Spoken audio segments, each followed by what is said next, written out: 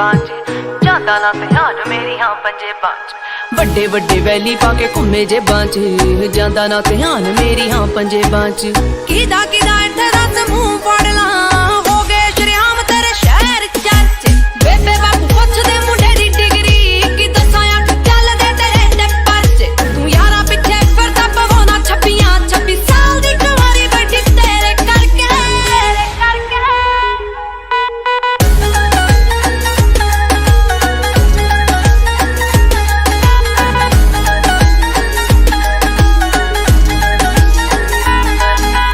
ਸਮਝੀ ਨਾ ਭੋਲੀ ਮੈਨੂੰ ਸਭ ਪਤਾ ਏ ਕਿੱਥੇ ਕਿੱਥੇ ਹੋ ਜਾਂਦੇ ਹੋ ਗੈਪ ਵੇ ਆਏ ਮੇਰੇ ਪਿੱਛੇ ਜਿੰਨੇ ਬਣ ਰੋਮੀਓ ਮੁੜ ਕੇ ਨਾ ਮਿਲੇ ਚੰਡੀਗੜ੍ਹ ਮੈਪ ਤੇ ਸਮਝੀ ਨਾ ਭੋਲੀ ਮੈਨੂੰ ਸਭ ਪਤਾ ਏ ਕਿੱਥੇ ਕਿੱਥੇ ਹੋ ਜਾਂਦੇ ਹੋ ਗੈਪ ਵੇ ਉਹ ਆਏ ਮੇਰੇ ਪਿੱਛੇ ਜਿੰਨੇ ਬਣ ਰੋਮੀਓ ਮੁੜ ਕੇ ਨਾ ਮਿਲੇ ਚੰਡੀਗੜ੍ਹ ਮੈਪ ਤੇ ਘੁੰਮਦੀ ਮੋਹਾਲੀ ਤੇਰੀ ਥਾਰ ਵੈਰੀਆ ਕੰਬੇ ਦਿਲ ਆ ਜੀ ਨਾ ਕਿਸੇ ਨਾਲ ਲੜ ਕੇ ਕੰਬੇ ਦਿਲ ਆ ਜੀ ਨਾ ਕਿਸੇ ਨਾਲ ਲੜ ਕੇ ਮੋਮ ਡੈਡ ਪੁੱਛਦੇ ਮੁੰਡੇ ਦੀ ਡਿਗਰੀ ਕੀ ਦੱਸਾਂ ਅੱਖ ਚੱਲਦੇ ਤੇਰੇ ਤੇ ਪਰਚ ਤੂੰ ਯਾਰਾਂ ਪਿੱਛੇ ਫਿਰਦਾ ਪਵਾਉਣਾ 26 ਸਾਲ ਦੀ ਕੁਆਰੀ ਬੈਠੀ ਤੇਰੇ ਕਰਕੇ ਗੁਰਸਿੱਧ ਮਿਊਜ਼ਿਕ A to Z ਤੇਰੇ ਸਾਰੇ ਯਾਰ ਜੱਟਿਆ ਓ ਜੱਟਾਂ ਵਾਲੇ ਦਿਲ ਜੱਟਾਂ ਵਾਲੀ ਮੱਤਿਆ ਹੋ ਵੈਲੀ ਹੋਇਆ ਮੁੰਡਾ ਜਿੰਨਾ ਦਾ ਸ਼ਿੰਗਾਰਿਆ ਹਾਂ ਉੱਤੋਂ ਲੱਗੀ ਪਹਿਲੀ ਤੇਰੇ ਨਾਲ ਅੱਖ ਨੀ ਹੋ ਏਦਾਂ ਕਿੱਦਾਂ ਮੇਰਾ ਕੋਈ ਟਾਈਮ ਚੱਕ ਜੂ ਹੋ ਔਨ ਰੋਡ ਲਾਵਾਂ ਉਹਦੀ ਗੱਡੀ ਡੱਕਨੀ ਹੋ ਏਦਾਂ ਕਿੱਦਾਂ ਮੇਰਾ ਕੋਈ ਟਾਈਮ ਚੱਕ ਜੂ ਹੋ ਔਨ ਰੋਡ ਲਾਵਾਂ ਉਹਦੀ ਗੱਡੀ ਡੱਕਨੀ ਪੈਂਦਾ ਪੂਰਾ ਰੋਬ ਪੌਣੇ 6 ਫੁੱਟ ਦੀ ਹੋ ਤੁਰੇ ਜਦੋਂ ਜੱਟ ਤੇਰੇ ਨਾਲ ਨੀ ਭਾਬੀ ਭਾਬੀ ਕਹਿੰਦੇ ਨੀ ਓ ਯਾਰ ਥੱਕਦੇ ਹੋਰ ਤੂਰ ਕਹਿੰਦੇ ਦੱਸ ਕੀ ਭਾਲਦੀ ਹੋ ਮੁੰਡੇ ਉੱਤੇ ਚੱਲਦੀਆਂ ਕਈ 26 ਜੱਟ ਨਾਮ ਲਵਾਲੂ ਤੈਨੂੰ 26 ਸਾਲ ਦੀ ਮੁੰਡੇ ਉੱਤੇ ਚੱਲਦੀਆਂ ਕਈ 26 ਜੱਟ ਨਾਮ ਲਵਾਲੂ ਤੈਨੂੰ 26 ਸਾਲ ਦੀ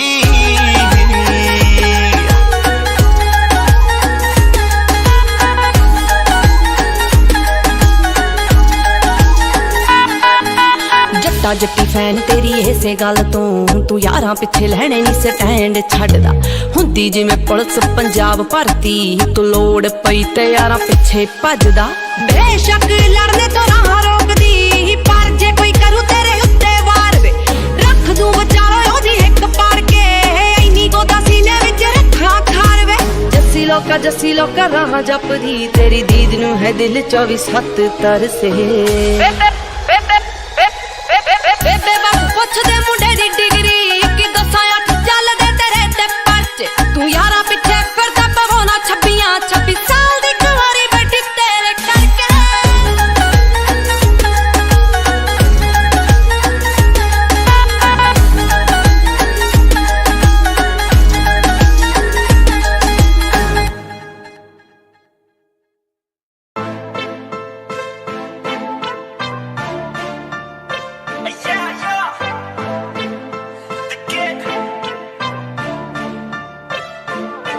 ਟਾਇਰ 6 ਇੰਚੀ ਬਾਹਰ ਥੱਲੇ ਥਾਰ ਕੁੜੀਓ ਹਾਏ ਵੈਲੀਆਂ ਦਾ ਰਾਜਾ ਮੇਰਾ ਯਾਰ ਕੁੜੀਓ ਟਾਇਰ 6 ਇੰਚੀ ਬਾਹਰ ਥੱਲੇ ਥਾਰ ਕੁੜੀਓ ਵੈਲੀਆਂ ਦਾ ਰਾਜਾ ਮੇਰਾ ਯਾਰ ਕੁੜੀਓ ਇੱਕ ਝੋਟੇ ਜਿੰਨੀ ਜਾਨ ਮਾਣ ਕਰਦੀ ਰਕਾਨ ਕੰਮ ਗਿੱਦੜਾਂ ਦਾ ਕੀ ਆ ਜਿੱਥੇ ਸ਼ੇਰ ਚੱਲਦੇ ਜੱਟੀਆਂ ਦੇ ਜੱਟਾਂ ਨਾ ਫੇਰ ਚੱਲਦੇ ਕਰ ਲੈਣਗੇ ਜਵਾਕ ਕਿੱਥੋਂ ਘੇਰ ਕੱਲਦੇ ਹੱਥ ਵਿੱਚ ਖੜੀ ਗਰਨੇਡ ਵਰਗੀ ਐਵੇਂ ਤਾਂ ਨੀ ਗੱਭਰੂ ਦੇ ਵੈਰ ਚੱਲਦੇ ਜੱਟੀਆਂ ਦੇ ਜੱਟਾਂ ਨਾ ਫੇਰ ਚੱਲਦੇ ਜੱਟੀਆਂ ਦੇ ਜੱਟਾਂ ਨਾ ਫੇਰ ਚੱਲਦੇ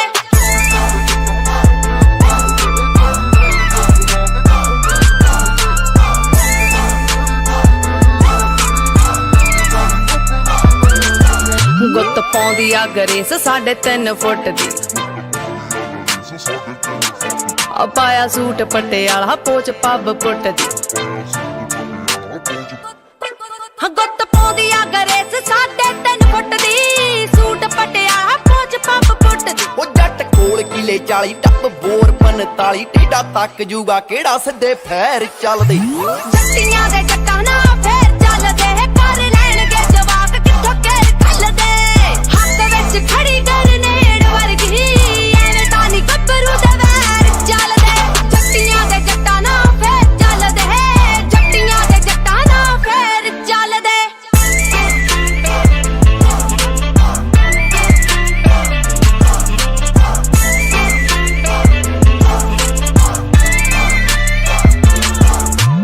ਤਾਰ ਦੇਖ ਜੱਟੀ ਦੀ ਟਰੈਂਡ ਹਿੱਲਦੇ ਹਾਏ ਦਿਲ ਫੜ ਬੈਂਦੇ ਜਿਹੜੇ ਮਾੜੇ ਦਿਲ ਦੇ ਤਾਰ ਦੇਖ ਜੱਟੀ ਦੀ ਟਰੈਂਡ ਹਿੱਲਦੇ ਦਿਲ ਫੜ ਬੈਂਦੇ ਜਿਹੜੇ ਮਾੜੇ ਦਿਲ ਦੇ ਮੋਢੇ ਨਾਲ ਮੋਢਾ ਜੋੜ ਖੜੇ ਜੱਟ ਲੈਂਡ ਲੋੜ ਮੁੰਡਿਆਂ ਦੇ ਸਾਹ ਠਹਿਰ ਠਹਿਰ ਚੱਲਦੇ ਜੱਟੀਆਂ ਦੇ ਜੱਟਾਂ ਨਾਲ ਫੇਰ ਚੱਲਦੇ ਕਰ ਲੈਣਗੇ ਜਵਾਕ ਕਿੱਥੋਂ ਕਹਿ ਕੱਲਦੇ ਹੱਥ ਵਿੱਚ ਖੜੀ ਗਰਨੇਡ ਵਰਗੀ ਐਵੇਂ ਤਾਂ ਨਹੀਂ ਗੱਭਰੂ ਦਾ ਵੈਰ ਚੱਲਦੇ ਜੱਟੀਆਂ ਦੇ ਜੱਟਾਂ ਨਾਲ ਫੇਰ ਚੱਲਦੇ ਜੱਟੀਆਂ ਦੇ ਜੱਟਾਂ ਨਾਲ ਫੇਰ ਚੱਲਦੇ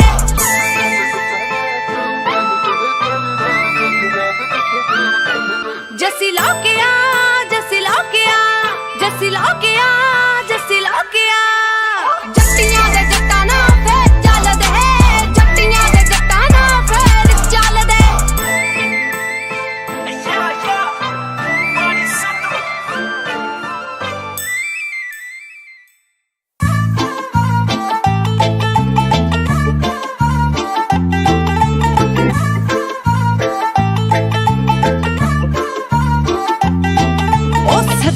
ਸੱਜੇ ਖੱਬੇ ਯਾਰ ਰੱਖਦਾ ਸ਼ਹਿਰ ਵਿੱਚ ਪੂਰੀ ਮਾਰੋ ਮਾਰ ਰੱਖਦਾ ਫੀਵੇਂ ਅਫਗਾਨ ਜਹੀ ਜੱਟੀ ਪੱਟੀ ਵੇ ਫਾਇਦਾ ਕੀ ਆ ਜੱਟਾ ਫੀਲਿੰਗ ਨਾ ਰੱਖੀ ਜੇ ਫਾਇਦਾ ਕੀ ਆ ਜੱਟਾ ਫੀਲਿੰਗ ਨਾ ਰੱਖੀ ਜੇ ਛੱਡ ਕੁੜਤੇ ਪਜਾਮਿਆਂ ਦਾ ਸ਼ੌਕ ਵੇ ਜੱਟਾ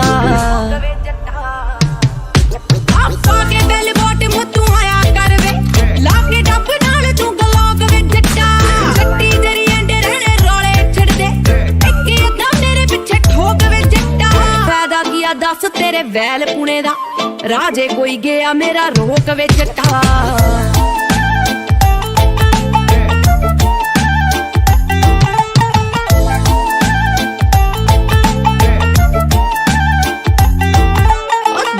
ਦੀ ਜਿਹਦੇ ਉੱਤੇ ਆਖੇ ਖੜੀ ਐ ਤੇਰੇ ਮੋਢੇ ਨਾਲ ਮੋਢਾ ਜੋੜ ਖੜੀ ਐ ਛੱਡ ਕੇ ਨਹੀਂ ਜਾਂਦੀ ਦਿਲੋਂ ਵਹਿਮ ਕੱਢ ਦੇ ਰਿਹਾ ਕਰ ਡਾਂਟ ਵਰੀ ਐ ਉਹ ਦੁਨੀਆ ਦੀ ਜਿਹਦੇ ਉੱਤੇ ਆਖੇ ਖੜੀ ਐ ਤੇਰੇ ਮੋਢੇ ਨਾਲ ਮੋਢਾ ਜੋੜ ਖੜੀ ਐ ਛੱਡ ਕੇ ਨਹੀਂ ਜਾਂਦੀ ਦਿਲੋਂ ਵਹਿਮ ਕੱਢ ਦੇ ਰਿਹਾ ਕਰ ਡਾਂਟ ਵਰੀ ਐ ਕਹਿੰਦੀਆਂ ਜੋ ਰੰਗ ਤੇਰਾ ਕੋਕਾ ਕੋਲਾ ਵੇ ਉਹਨਾਂ ਨਾਲ ਮੈਂ ਨਾ ਬੋਲਾਂ ਵੇ ਬੂਹਾ ਦਿਲ ਵਾਲਾ ਕੀਤਾ ਤੂੰ ਹੀ ਨੌਕ ਵੇ ਜੱਟਾ ਆਪਾ ਕੇ ਬੈਲ ਬੋਟ ਮੁੱਤੂ ਆਇਆ ਕਰ ਵੇ ਲਾ ਕੇ ਡੱਬ ਨਾਲ ਤੂੰ ਗਲੋਕ ਵੇ ਜੱਟਾ ਜੱਟੀ ਤੇਰੀ ਐਂਡੇ ਰਹਿਣੇ ਰੋਲੇ ਛੱਡਦੇ ਇੱਕ ਅੱਧਾ ਮੇਰੇ ਪਿੱਛੇ ਠੋਕ ਵੇ ਜੱਟਾ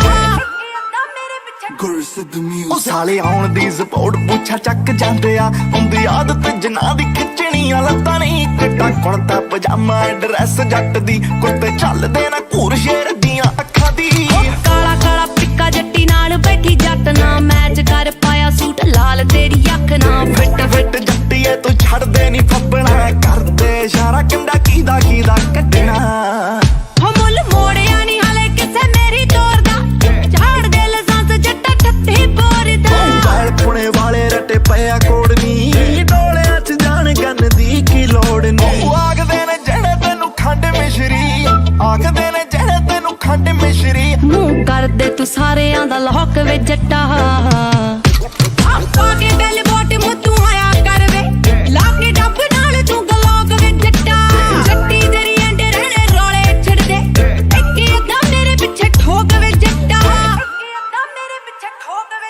ਹੋ ਪਾਬਲੋ ਦੇ ਵਾਂਗੂ ਅੱਗ ਲਾਵਾਂ ਨੋਟਾਂ ਨੂੰ ਟਾਰ ਜੱਟੀ ਦੀ ਟਰੈਂਡ ਜਿਆ ਚਲਾਈ ਫਿਰਦੀ ਵੈਲੀ ਆਵੇ ਪੱਟੀ ਤੇਰੇ ਵੈਲ ਪੁਣੇ ਦੀ ਨਵੇਂ ਸੂਟਾਂ ਉੱਤੇ ਗਾਨੇ ਬਣੀ ਭਾਈ ਫਿਰਦੀ ਹੋ ਪਾਬਲੋ ਦੇ ਵਾਂਗੂ ਅੱਗ ਲਾਵਾਂ ਨੋਟਾਂ ਨੂੰ ਟਾਰ ਜੱਟੀ ਦੀ ਟਰੈਂਡ ਜਿਆ ਚਲਾਈ ਫਿਰਦੀ ਵੈਲੀ ਆਵੇ ਪੱਟੀ ਤੇਰੇ ਵੈਲ ਪੁਣੇ ਦੀ ਨਵੇਂ ਸੂਟਾਂ ਉੱਤੇ ਗਾਨੇ ਬਣੀ ਭਾਈ ਫਿਰਦੀ ਉਹ ਛੜਦੇ ਆ ਜਿਹੜੇ ਆਪਾਂ ਰੱਖੇ ਸਾੜ ਕੇ ਵਾਲ ਪੇਪਰ ਤੇ ਰੱਖੀ ਤੇਰੀ ਫੋਟੋ ਝਾੜ ਕੇ ਜੱਸੀ ਲੋਕਿਆ ਜੱਟੀ ਨੇ ਚੰਨ ਦੀ ਨੇ ਝਾੜ ਤੇ ਸਟਾਰਾਂ ਵੱਡਿਆਂ ਨੂੰ ਲੱਗ ਗਿਆ ਸ਼ੌਕ ਵੇ ਜੱਟਾ ਆਪਾ ਕੇ ਬੈਲ ਬੋਟ ਮੁੱਤੂ ਆਇਆ ਕਰ ਵੇ ਲਾ ਕੇ ਡੱਬ ਨਾਲ ਤੂੰ ਗਲੋਕ ਵੇ ਜੱਟਾ ਜੱਟੀ ਤੇਰੀ ਐਂਡੇ ਰਹਿਣੇ ਰੋਲੇ ਛੱਡਦੇ ਇੱਕ ਅੱਧਾ ਮੇਰੇ ਪਿੱਛੇ ਠੋਕ ਵੇ ਜੱਟਾ ਆਪਾ ਕੇ ਬੈਲ ਬੋਟ ਮੁੱਤੂ ਆਇਆ ਕਰ ਵੇ ਲਾ ਕੇ ਡੱਬ ਨਾਲ ਤੂੰ ਗਲੋਕ ਵੇ ਜੱਟਾ ਜੱਟੀ ਤੇਰੀ ਐਂਡੇ ਰਹਿਣੇ ਰੋਲੇ ਛੱਡਦੇ ਇੱਕ ਅੱਧਾ ਮੇਰੇ ਪਿੱਛੇ ਠੋਕ ਵੇ ਜੱਟਾ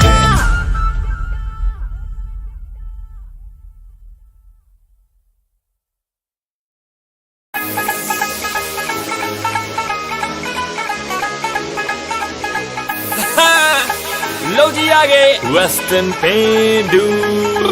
ਡੀਸੀਆਂ ਦੇ ਨਾਲ ਸਿੱਧੀ ਹੋ ਗਈ ਆਣੀ ਜਾਣੀ, ਕਿਹੜੀ ਗੱਲੋਂ ਪਾਣੀ ਵਿੱਚ ਫੇਰਦਾ ਮਧਾਣੀ।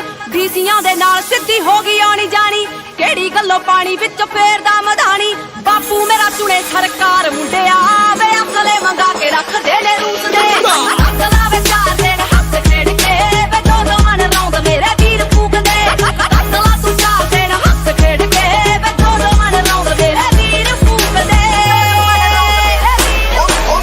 ਸਾਲ ਚ ਮਨਾਉਂਦੇ ਕੁੜੇ 300 ਦੀਵਾਲੀਆਂ, ਚੱਟੇ ਦਿਨ ਘੁੰਮਦੀਆਂ ਸ਼ਹਿਰ ਕਾਰਾਂ ਕਾਲੀਆਂ। ਚੱਟੇ ਦਿਨ ਘੁੰਮਦੀਆਂ ਸ਼ਹਿਰ ਕਾਰਾਂ।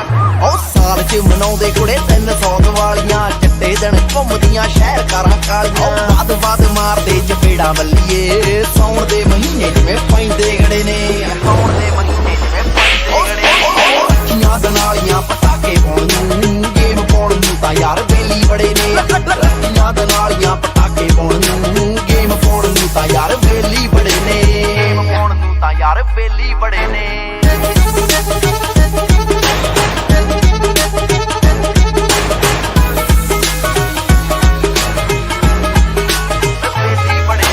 ਕੱਲਾ ਕੱਲਾ ਨਖਰਾਇਆ ਪੈਂਦਾ ਲੱਖ ਨੂੰ, ਬੈਟ ਲਾਉਂਦੇ ਨੇ ਸ਼ਕੀਨ ਮੋਰਾ ਜਹੀ ਤੌਰ ਤੇ। ਸੁਰ ਮੇਰੀ ਤਾਰ ਛੱਪੀਆਂ ਪਵਾਉਂਦੀਆਂ, ਨਾ ਫਿਰਦੇ ਲਖਾਈ ਮੇਰਾ ਪਾਰਾ ਬੋਲ ਤੇ। ਅੱਖ ਕਰਨੇੜ ਵਾਂਗੂ ਪਾਰੇ ਕਾਲਜੇ, ਠੇਕਿਆਂ ਤੇ ਬੈਠੇ ਵੈਲੀ ਰਹਿਣ ਪੂਪਦੇ। ਅਸਲਾ ਵੇ ਚਾਰ ਦਿਨ ਹੱਥ ਖੇਡ ਕੇ ਵੇ ਦੋ ਮਨ ਰੌਂਦ ਮੇਰੇ ਵੀਰ ਫੂਕਦੇ। ਅਸਲਾ ਤੂੰ ਚਾਰ ਦਿਨ ਹੱਥ ਖੇਡ ਕੇ ਵੇ ਦੋ ਮਨ ਰੌਂਦ ਮੇਰੇ ਵੀਰ ਫੂਕਦੇ। ਹੱਥ ਨਾ ਛੜਾਵਾਂ ਕਦੇ ਲਾ ਕੇ ਯਾਰੀਆਂ, ਵੈਰ ਮੈਂ ਪਗਾਵਾਂ ਪੂਰਾ ਮੌਤ ਤੱਕ ਨੀ। ਤੇਰੇ ਨਾਮ ਜੰਤ ਦੀ ਫਰਦ ਬੋਲਦੀ ਆ, ਸ਼ਹਿਰ ਤੇਰੇ ਪਾਈ ਹੋਈ ਆ ਪੂਰੀ ਕੱਖ ਨੀ। ਆਓ ਮੰਗਲ ਗਰਾਈ ਦੇ ਵਾਂਗੂ ਅੱਖ ਲਾ ਲਿਆ, ਦਈ ਦੀ ਚੇਤਾਵਨੀ ਮੈਦਾਨ ਰੜੇ ਨੇ। ਆਓ ਰੱਖੀਆਂ ਰੱਖੀਆਂ, ਆਓ ਰੱਖੀਆਂ ਦਨਾਲੀਆਂ ਪਟਾਕੇ ਪਾਉਣ ਨੂੰ, ਗੇਮ ਪਾਉਣ ਨੂੰ ਤਾਂ ਯਾਰ ਬੇਲੀ ਬੜੇ ਨੇ। ਰੱਖੀਆਂ ਦਨਾਲੀਆਂ ਪਟਾਕੇ ਪਾਉਣ ਨੂੰ, ਗੇਮ ਪਾਉਣ ਨੂੰ ਤਾਂ ਯਾਰ ਬੇਲੀ ਬੜੇ ਨੇ। ਵੈਸਟਰਨ ਪੇਂਡੂ। ਹੋ ਕਰ ਲਾ ਤੂੰ ਮੱਤ ਨੂੰ ਪੱਟੀ ਵਾਲਿਆ, ਵਾ ਤੇਰੇ ਦੇ ਬਥੇਰੇ ਜੇਲਾਂ ਵਿੱਚ ਤੜੇ ਨੇ। ਰੱਖੀਆਂ ਦਨਾਲੀਆਂ ਪਟਾਕੇ ਪਾਉਣ ਨੂੰ, ਗੇਮ ਪਾਉਣ ਨੂੰ ਤਾਂ ਯਾਰ ਬੇਲੀ ਬੜੇ ਨੇ। ਅਸਲਾ ਤੂੰ ਚਾਰ ਦੇਣਾ ਦੋ ਮਨ ਰੌਂਦ ਮੇਰੇ।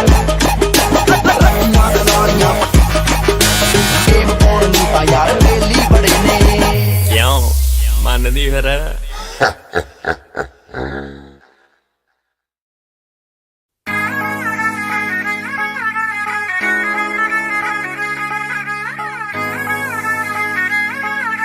ਵੈਸਟਰਨ ਪੇਂਡੂ। ਨਿਆਈ ਵਾਲੇ ਖੇਤ ਪਾਤੇ 3 ਢੋਲ ਲਾਉਣ ਦੇ, ਚੰਡੀਗੜ੍ਹ ਤੱਕ ਉਹਦੇ ਦਬਕੇ ਨੂੰ ਜਾਣਦੇ। ਨਿਆਈ ਵਾਲੇ ਖੇਤ ਪਾਤੇ 3 ਢੋਲ ਲਾਉਣ ਦੇ, ਚੰਡੀਗੜ੍ਹ ਤੱਕ ਉਹਦੇ ਦਬਕੇ ਨੂੰ ਜਾਣਦੇ। ਤੇ ਅੱਖ ਖੜੀਆ ਖੱਬੇ ਹੱਥ ਦੀ ਡਿਊਟੀ ਰਹਿੰਦੀ ਮੁੱਛ ਸੱਜੀ ਤੇ। ਭਰੀ ਫੀਮ ਦੀ ਆ ਡੱਬੀ ਜੇਬ ਨੋਟਾਂ ਨਾਲ ਲੱਦੀ, ਹੈਂਡ ਜੱਟ ਦੀ ਲਖੋੜਾ ਸਰਪੰਚ ਗੱਡੀ ਤੇ। ਫੀਮ ਦੀ ਆ ਡੱਬੀ ਜੇਬ ਨੋਟਾਂ ਨਾਲ ਲੱਦੀ, ਹੈਂਡ ਜੱਟ ਦੀ ਲਖੋੜਾ ਸਰਪੰਚ ਗੱਡੀ ਤੇ।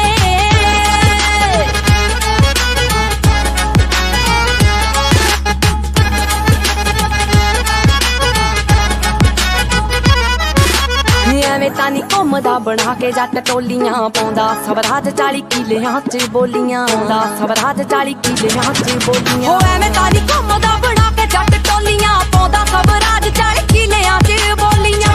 ਨੀ ਥੋੜ ਭਾਵੇਂ ਲੱਗ ਜੇ ਕਰੋੜ, ਕਹਿੰਦਾ ਸ਼ੌਂਕ ਆ ਪਗਾਉਣੇ ਸਰਦਾਰ ਜੱਦੀ ਨੇ। ਭਰੀ ਫੀਮ ਦੀ ਆ ਡੱਬੀ ਜੇਬ ਨੋਟਾਂ ਨਾਲ ਲੱਦੀ, ਹੈਂਡ ਜੱਟ ਦੀ ਲਖੋੜਾ ਸਰਪੰਚ ਗੱਡੀ ਤੇ। ਫੀਮ ਦੀ ਆ ਡੱਬੀ ਜੇਬ ਨੋਟਾਂ ਨਾਲ ਲੱਦੀ, ਹੈਂਡ ਜੱਟ ਦੀ ਲਖੋੜਾ ਸਰਪੰਚ ਗੱਡੀ ਤੇ।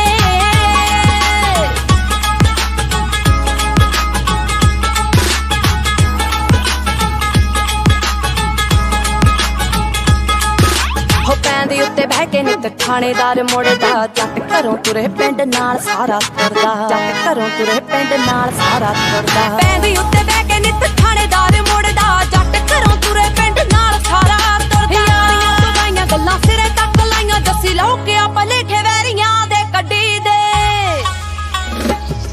ਭਰੀ ਫੀਮ ਦੀ ਆ ਡੱਬੀ ਜੇਬ ਨੋਟਾਂ ਨਾਲ ਲੱਦੀ, ਹੈਂਡ ਜੱਟ ਦੀ ਲਖੋੜਾ ਸਰਪੰਚ ਗੱਡੀ ਤੇ। ਫੀਮ ਦੀ ਆ ਡੱਬੀ ਜੇਬ ਨੋਟਾਂ ਨਾਲ ਲੱਦੀ, ਹੈਂਡ ਜੱਟ ਦੀ ਲਖੋੜਾ ਸਰਪੰਚ ਗੱਡੀ ਤੇ। ਕਿਦਾ ਮਾੜਾ ਆਉਣਾ ਕਿਦਾ ਚੰਗਾ ਟਾਈਮ ਚੱਲਣਾ ਚੜਦਾ ਸੂਰਜ ਦੱਸ ਕਿਨੇ ਇੱਥੇ ਠਲਣਾ ਚੜਦਾ ਸੂਰਜ ਦੱਸ ਕਿਨੇ ਇੱਥੇ ਠਲਣਾ ਉਹ ਕਿਦਾ ਮਾੜਾ ਆਉਣਾ ਕਿਦਾ ਚੰਗਾ ਟਾਈਮ ਚੱਲਣਾ ਚੜਦਾ ਸੂਰਜ ਦੱਸ ਕਿਨੇ ਇੱਥੇ ਠਲਣਾ ਛੇਤੀ 5 ਵਜਦੇ ਨੂੰ ਦੇਖੀ ਬਿਨਾ ਗੱਲ ਤੋਂ ਨਾ ਪਹਿਲਾਂ ਲਲਕਾਰੇ ਛੱਡੀ ਦੇ ਤੇਰੀ ਫੀਮ ਦੀ ਆ ਡੱਬੀ ਜੇਬ ਨੋਟਾਂ ਨਾਲ ਲੱਦੀ ਹੈਂਡ ਜੱਟ ਦੀ ਥੋੜਾ ਸਰਪੰਚ ਗੱਡੀ ਤੇ ਫੀਮ ਦੀ ਆ ਡੱਬੀ ਜੇਬ ਨੋਟਾਂ ਨਾਲ ਲੱਦੀ ਹੈਂਡ ਜੱਟ ਦੀ ਥੋੜਾ ਸਰਪੰਚ ਗੱਡੀ ਤੇ ਹੋਏ ਐਂਟੀਆਂ ਨੂੰ ਪੈਣ ਦੰਦਲਾ ਹੋਏ ਐਂਟੀਆਂ ਨੂੰ ਪੈਣ ਦੰਦਲਾ ਕਹਿੰਦੇ ਲੈ ਗਿਆ ਜੱਟ ਮੁਖਤਿਆਰੀ ਉਹ ਨਾਲ ਬਾਈ ਜਾ ਖੱਬੀ ਸੀਟ ਤੇ ਉਹ ਨਾਲ ਬਾਈ ਜਾ ਖੱਬੀ ਸੀਟ ਤੇ ਰੋਕੂ ਨਾ ਅਫਸਰ ਸਰਕਾਰੀ ਉਹ ਪਿੰਡ ਵਿੱਚ ਗੱਲਾਂ ਹੁੰਦੀਆਂ ਗੱਲਾਂ ਹੁੰਦੀਆਂ ਉਹ ਮੈਂ ਗਾ ਢੱਲੋਆਂ ਦੀ ਸਰਦਾਰੀ ਉਹ ਪਿੰਡ ਵਿੱਚ ਗੱਲਾਂ ਹੁੰਦੀਆਂ ਪਿੰਡ ਵਿੱਚ ਗੱਲਾਂ ਹੁੰਦੀਆਂ ਉਹ ਜੱਸੀ ਲੌਕੇ ਦੀ ਸਰਦਾਰੀ ਉਹ ਪਿੰਡ ਵਿੱਚ ਗੱਲਾਂ ਹੁੰਦੀਆਂ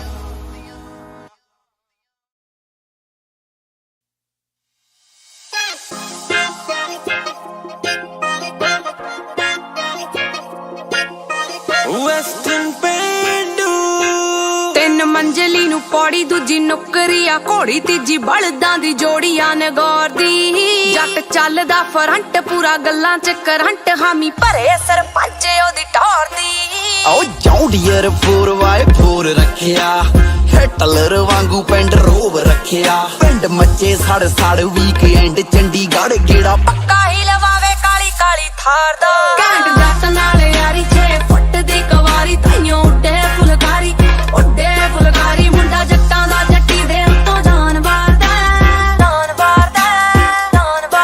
ਰੱਖੇ ਲੱਲੀ ਛੱਲੀ ਡੱਬ ਜੱਟ ਸਿਰੇ ਦੱਸ ਠੱਡੀ ਘੋੜਾ ਰੱਖਦਾ ਆ ਡੱਬ ਦੂਜਾ ਮੇਰੇ ਬਿਨਾ ਬੰਦੇ ਇੱਕ ਨਹੀਂਓ ਸਾਰਦਾ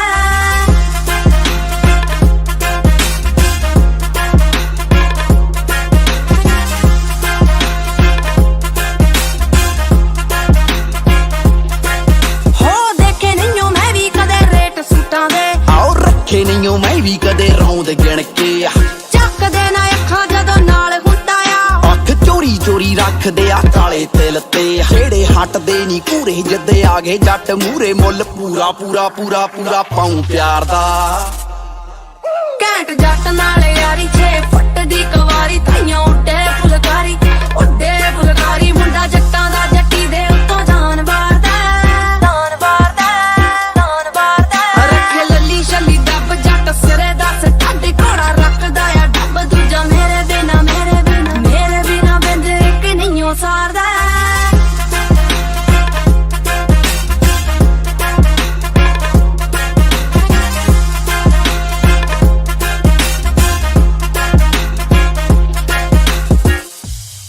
ਹੋ ਮੈਥੋਂ ਗਿੱਧੇ ਦੀ ਕੋਚਿੰਗ ਸਭ ਲੈਣ ਕੁੜੀਆਂ ਤੇ ਮੇਰੇ ਮਸ਼ਹੂਰ ਸ਼ਹਿਰ ਵਿੱਚ ਖੜ ਕੇ ਹੋ ਦੇ ਕੇ ਮੈਨੂੰ ਕਦੇ ਨਹੀਂਓ ਟਾਈਮ ਭੁੱਲਦਾ ਕਿਉਂਕਿ ਰੱਖੀ ਹੋਈ ਆ ਰਾਡੋ ਗੋਤੇ ਉੱਤੇ ਜੜ ਕੇ ਫੀਲ ਕਰਾਂ ਲੱਕੀ ਜਾਂਦਾ ਨਖਰੇ ਆ ਚੱਕੀ ਗੱਲ ਤਲਵਾੜਾ ਫੋਕੀਆਂ ਨਹੀਂ ਮਾਰਦਾ ਘੈਂਟ ਜੱਟ ਨਾਲ ਯਾਰੀ 6 ਫੁੱਟ ਦੀ ਕਵਾਰੀ ਤਾਈਓ ਉੱਡੇ ਫੁਲਕਾਰੀ ਮੁੰਡਾ ਜੱਟਾਂ ਦਾ ਜੱਟੀ ਦੇ ਉੱਤੋਂ ਜਾਨ ਵਾਰਦਾ ਰੱਖੇ ਲੱਲੀ ਛੱਲੀ ਡੱਬ ਜੱਟ ਸਿਰੇ ਦੱਸ ਠੱਡੀ ਘੋੜਾ ਰੱਖਦਾ ਆ ਡੱਬ ਦੂਜਾ ਮੇਰੇ ਬਿਨਾ ਬੰਦੇ ਇੱਕ ਨਹੀਂਓ ਸਾਰਦਾ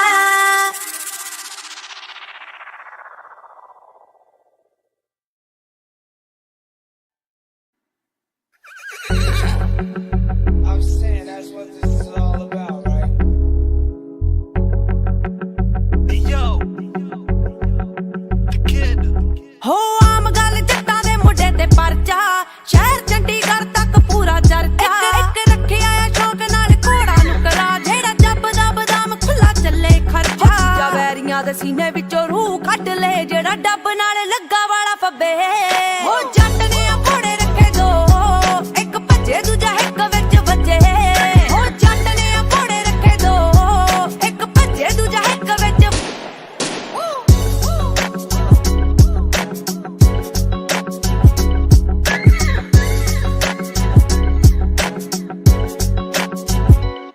ਹੋ ਆਦਤ ਖਰਾਬ ਸਿੱਧਾ ਹੀ ਠਹਿਰ ਮਾਰਦਾ ਇਸੇ ਗੱਲੋਂ ਵੈਰੀ ਸਾਰੇ ਡਰੇ ਪਏ ਆ ਐਸ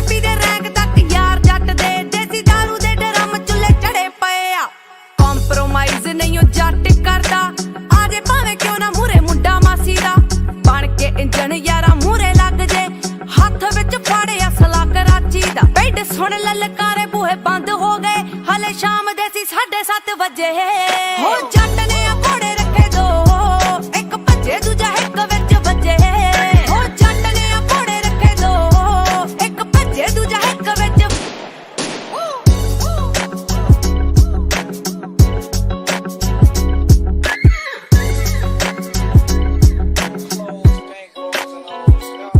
जेड़े आखदे सी बैली तेरा यार देखना किथे लुक गए बड़े ओ दलेर जी फुकरे ज़ोमैटो तो मंगाउण रोटियां डरदे ना घरों बाहर पाउंदे पैर जी पाले जिन्ना वै मैं अज सारे देने चक मेरा आखड़ा जट जी ने पौना पाले हथ जस्सी लोगे ने मैदान नहीं ओ छड्डे यार हार भी जे जी दे बाले कब्बे हो जट ने घोड़े रखे दो एक भज्जे दूजा हिक विच बजे हो जट ने घोड़े रखे दो एक भज्जे दूजा हिक विच हो जट ने घोड़े रखे दो एक भज्जे दूजा हिक विच बजे हो जट ने घोड़े रखे दो एक भज्जे दूजा हिक विच बजे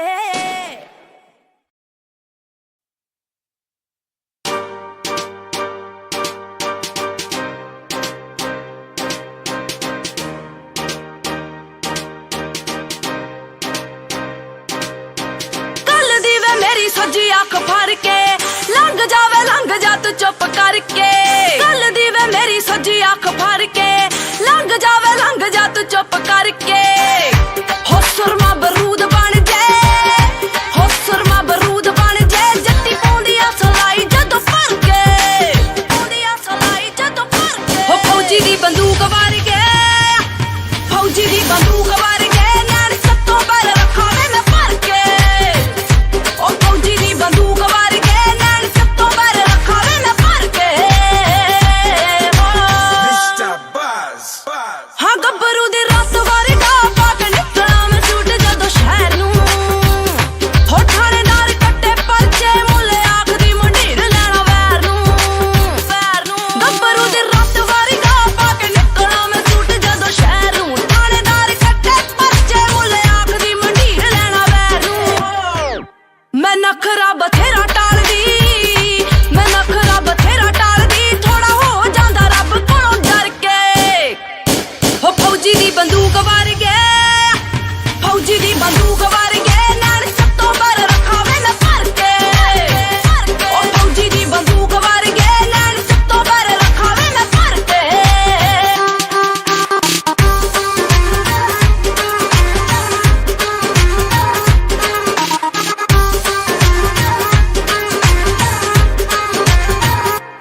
गेड़ा तेरा चौथा मुंडिया आया पंजवे जाना नी पिछे मुड़िया ना जामी तू न जैज मारिया मेरी अख दा लखास नहीं ओ बड़िया गेड़ा तेरा चौथा मुंडिया आया पंजवे जाना नी पिछे मुड़िया ना जामी तू न जैज मारिया मेरी अख दा लखास नहीं ओ बड़िया आ सुर्ख गुलाबी बुल्लियां आ सुर्ख गुलाबी बुल्लियां थक जांदियां ने ना ना करके हो फौजी दी बंदूक वार के फौजी दी बंदूक वार के नैन सत्तों पर रखा वे मैं फर के ओ फौजी दी बंदूक वार के नैन सत्तों पर रखा वे मैं फर के हो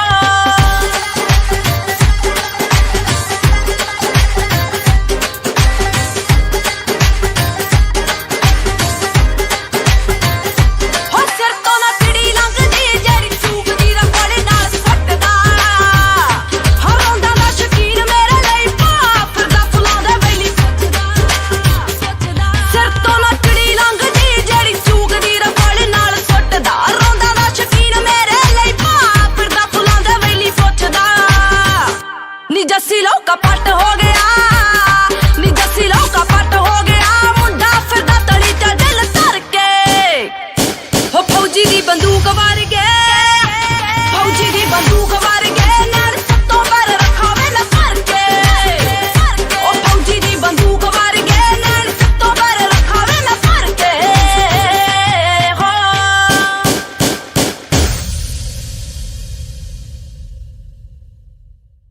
ले नस के किसे बतिया बतारू हंस हंस के मन कर तारी कट ले नस के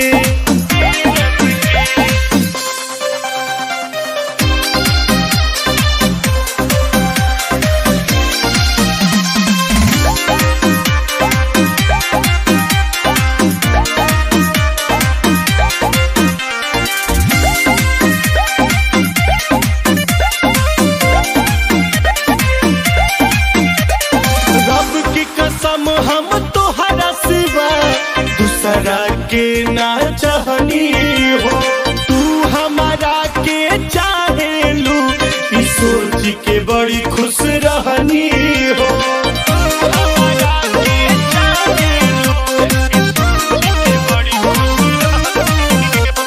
रब की कसम हम तोहरा सिवा दूसरा के ना चाहनी हो।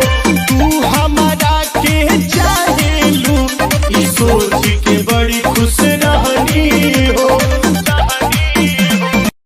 अब सोचने वाली बात ये थी कि ये आदमी कौन था। दोस्तों, ये डेविड था जो फिल्म की स्टार्टिंग में दिखा था। ये यहाँ पर एलिजाबेथ के साथ आया था। डेविड इन सभी को एलियन के बारे में सब कुछ बता देता है। डेविड ने यहाँ पर कई चीजों पर एक्सपेरिमेंट भी किए होते हैं। वो बहुत ही स्वार्थी हो चुका था। हमें यहाँ पर पता चलता है कि वो जब यहाँ पर आया था तो यहाँ पर कई सारे लोग रहते थे, लेकिन डेविड ने उन सभी को मार दिया था, यानी कि मौत की नींद सुला दिया था, क्योंकि डेविड ने उन सभी पर एक्सपेरिमेंट किए थे। तो ये बातें दूसरे रोबोट को बता रहा हूँ। दोस्तों, ये डेविड था जो फिल्म की स्टार्टिंग में दिखा था। ये यहाँ पर एलिजाबेथ के साथ आया था। डेविड इन सभी को एलियन के बारे में सब कुछ बता देता है। डेविड ने यहाँ पर कई चीजों पर एक्सपेरिमेंट भी किए होते हैं। वो बहुत ही स्वार्थी हो चुका था। हमें यहाँ पर पता चलता है कि वो जब यहाँ पर आया था तो यहाँ पर कई सारे लोग रहते थे, लेकिन डेविड ने उन सभी को मार दिया था, यानी कि मौत की नींद सुला दिया था, क्योंकि डेविड ने उन सभी पर एक्सपेरिमेंट किए थे। तो ये बातें दूसरे रोबोट को बता रहा होता है। वो कहता है कि तुम ये बातें किसी और को नहीं बताओगे, क्योंकि तुम भी मेरी तरह। उन्हें हमला कर दिया होता है और देखते ही देखते वो सब ही उसे अपना भोजन बना लेते हैं और मेलिनी और साथी भी वहाँ पहुँचते हैं, लेकिन वो भी उन हाइब्रिड बच्चों के प्लान का एक हिस्सा होता है। वो बच्चे अब उन्हें भी घेर लेते हैं। इसके बाद मेलिनी और उनके बीच एक फाइट होती है, जिसके बाद वो बच्चे वहाँ से भाग जाते हैं। अब ये सभी लैब पहुंच जाते हैं। वहां मौजूद कैलरिन अब लैब में एक गैस फैला देती है, जिसकी वजह से कैलरिन को छोड़ सभी बेहोश हो जाते हैं। इसके बाद डॉक्टर मेलिनी को घसीटकर ऑपरेशन के लिए ले जाती है। अब ये सच सामने आता है कि डॉक्टर कैलरिन को एक ब्लड इन्फेक्शन, लेकिन इनमें से कोई भी उसकी बातों पर विश्वास नहीं करता। अब सिवाज एलेक्स को उसकी कैंपिंग वाली जगह पर ले चलने को कहता है। इसके बाद एलेक्स इनके साथ आगे बढ़ने लगती है।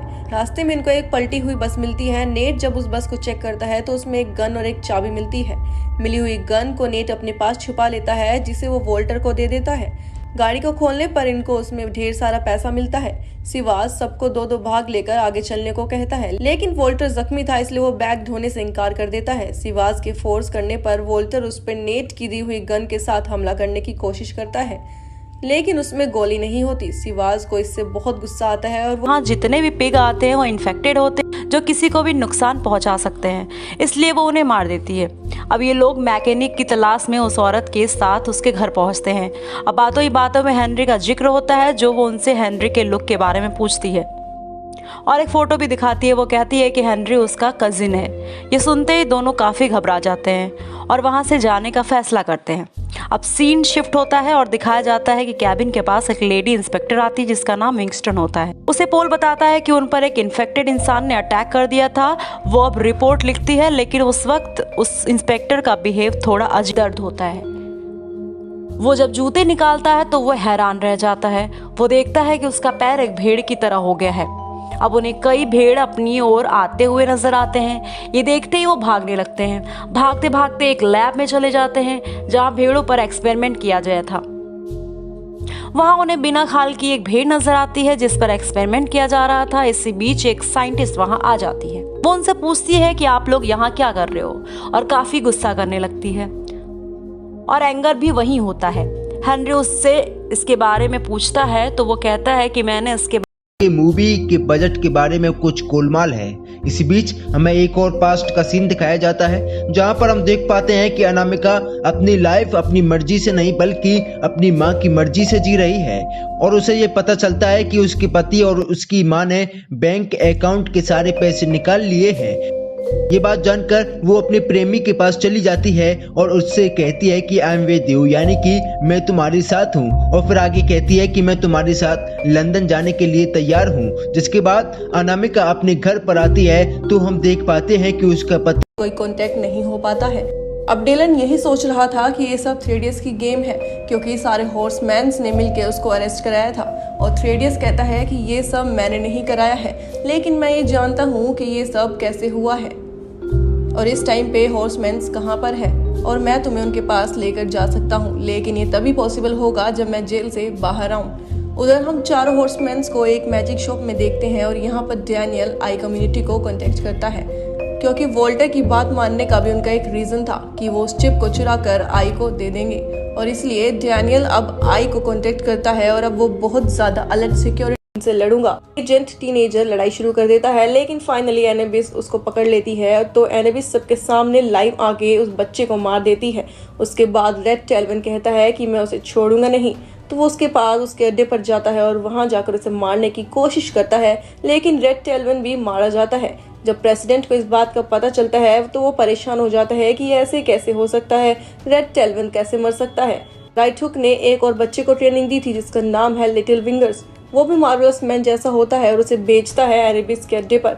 वहां जाकर वो तबाही मचा देता है और सबको मार देता है। नाइट हुक कोर्टेक्स से कहता नजर आता है जिसके पास कई भेड़ें होती हैं। उसे अचानक भेड़ों की आवाज आने लगती है जो बेहद डरी हुई मालूम होती हैं। इस बीच कोई चीज जमीन के अंदर से ही फ्रेड को नीचे की ओर खींचने लगती है। इसके बाद सभी भेड़ भी मारी जाती हैं। अब वहां मैकी और अर्ल आते हैं। वो इस भयानक नज़ारे को देखकर बेहद घबरा जाते हैं।